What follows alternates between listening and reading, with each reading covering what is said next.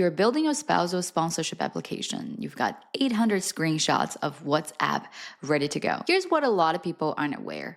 IRCC will only look at 10 pages of communication evidence. 10. And if you pick the wrong 10, your application can be refused on genuineness. Not because your relationship isn't real, but because you proved it badly. I want to walk you through how to pick those 10 pages because the gap between a clean approval and a Regulation 4 refusal often comes down to what you put in front of the officer and what you leave out. Hi, I'm Bella Lee. I'm a regulated Canadian immigration consultant, and I run my practice Lanjo Immigration out of Nova Scotia. Spousal sponsorship is one of the immigration fields I specialize in. I've seen what officers flag, I've seen what triggers a procedural fairness letter, and I've seen what saves a file that looked thin on paper. So let's get into it. This is video 2 in my spousal sponsorship evidence series. We've already covered photos. Today we're on communication, text messages, email threads, call logs. Here's the thing. In 2026, officers are seeing more fabricated screenshots than ever. There are websites, I won't name them, where someone can generate a fake WhatsApp thread in 2 minutes. Customizable timestamps, fake battery icons, the whole interface. IRCC knows this. CSIS has published on it. The officers have stopped treating a stack of screenshots as proof of anything. The 10-page rule isn't bureaucratic cruelty. It is the officer saying, show me you understand what evidence actually is. If you dump 300 pages on them, you've already failed the first test. You've already shown them that you can't curate, right? So this video is about curating. 5 things you need to get right. First, before you spend a single hour on screenshots, check whether you even need them. There's a narrow exemption on the IMM 5533 checklist. 4 conditions, all 4 must apply at the same time. You're currently living together with 2 proofs of cohabitation. You share children together, biological or adopted. On the long-form birth certificates, it's the first marriage for both of you, and you've been married at least 2 years on the date you submit. If you meet all 4, you can submit a much lighter relationship package. The marriage itself, the children, the cohabitation, that's your primary evidence. But here's where I see most people get tripped up. They meet 3 of 4 and convince themselves that the officer will understand. Well, they won't. Second marriages, married 18 months, no kids, any one of these means you're back to the full evidentiary burden. Photographs, proof of contact, the whole package. And I mean, most people don't meet all 4. Newlyweds don't, long-distance couples don't, common law and conjugal partners don't even have access to this exemption. So assume you need the full package and be relieved if you don't.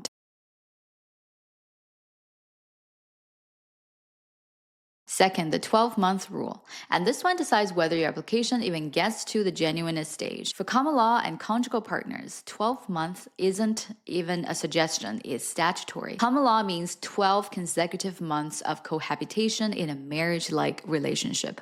Conjugal means at least 12 months of a mutually interdependent relationship where you couldn't marry or cohabit because of insurmountable barriers.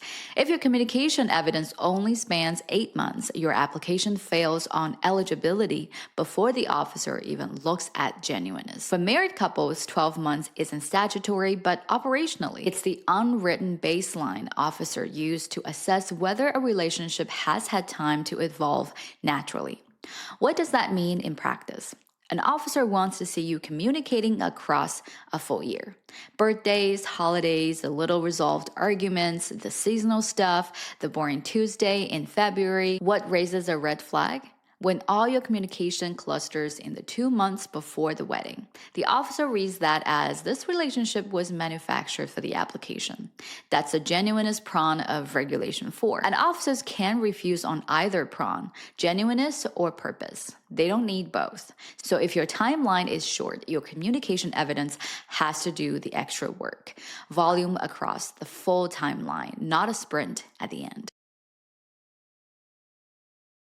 Third, this is where most applications break. 10 pages, hard cap. Anything over that, the officer either ignores the excess or returns your application as improperly formatted. So how do you pick 10 pages out of 3 years of messages? You don't pick your favorites. You don't pick the most romantic ones. You pick chronologically. Here's how I approach this. Map the relationship into phases. early dating, the we are serious phase, engagement, wedding planning, married life, or current day if you are not married yet. For each phase, pick 2 or 3 substantive conversations. Substantive means it shows real life happening, not good morning, not I miss you, baby. Those have almost zero evidentiary weight. And that's the 5th point I'll come back to. What does substantive look like? A conversation about whether his mother is coming to the wedding, a back and forth about whether you should rent or buy after he lands, a discussion of what you will do if his work permit doesn't get extended, an argument, a real one, and how you resolved it. That's the texture of a real partnership. That's what an officer needs to see. Now, format. Multiple screenshots per page is fine. Use Microsoft Print to PDF to flatten the file, name it clearly, last name _ first name _ proof of contact .pdf. Don't submit a raw text export from WhatsApp. It strips the visual context and is exhausting to read. The officer is human. Make their job easier. If you're staring at 3 years of screenshots with no idea which 10 pages to pick, that's what a strategy session is for. Link is in the description. 4th, this is the one that separates the applications that pass from the ones that get a pursuit of fairness letter. Officers are trained to cross-reference, so your communication evidence cannot live in isolation. If you've got a WhatsApp message that can't wait to see you on the 14th, there better be a boarding pass or a passport stamp showing he landed on the 14th. If you've got an email discussing a money transfer for your wedding, there better be a wire receipt for that amount on that date. This is where fabricated evidence falls apart. Anyone can fake a screenshot. Almost nobody can fake a screenshot that perfectly aligns with an independent third-party document. Carrier billing records, airline records, bank transfers, that's the spine of your file. The screenshots are the muscle. Without the spine, the muscle collapses. And by all means, if you didn't visit in person, if visas were refused, if there was a war zone, if you genuinely couldn't get there, say so in your IMM 5532 in detail, with documents to back it up. Refused TRV decisions, flight cancellation records, anything you've got. An unexplained gap reads as fraud. An explained gap with documents reads as real life. That's the framing every officer responds to. 5th, 2 things that will sink an otherwise solid file. First, the echo chamber. 10 pages of good morning and I love you tells an officer nothing. It looks performative, it actually hurts you because under Regulation 4, the officer is also assessing the purpose of the relationship. If all your evidence is shallow pleasantries with no real-life content, the officer can deduce the purpose was immigration. That's the second prong of bad faith, and that's a refusal. Second, and this is one I see constantly, the translation trap. If any of your messages are not in English or French, they need certified translation with an affidavit from an accredited translator. Not your cousin, not your bilingual sister, not the sponsor. IRCC defines family broadly here. Parents, siblings, spouses, partners, grandparents, children, aunts, uncles, nieces, nephews, first cousins. Any of them touch the translation and the evidence is legally invalid. People try to save $400 on certified translation and risk a year of processing time.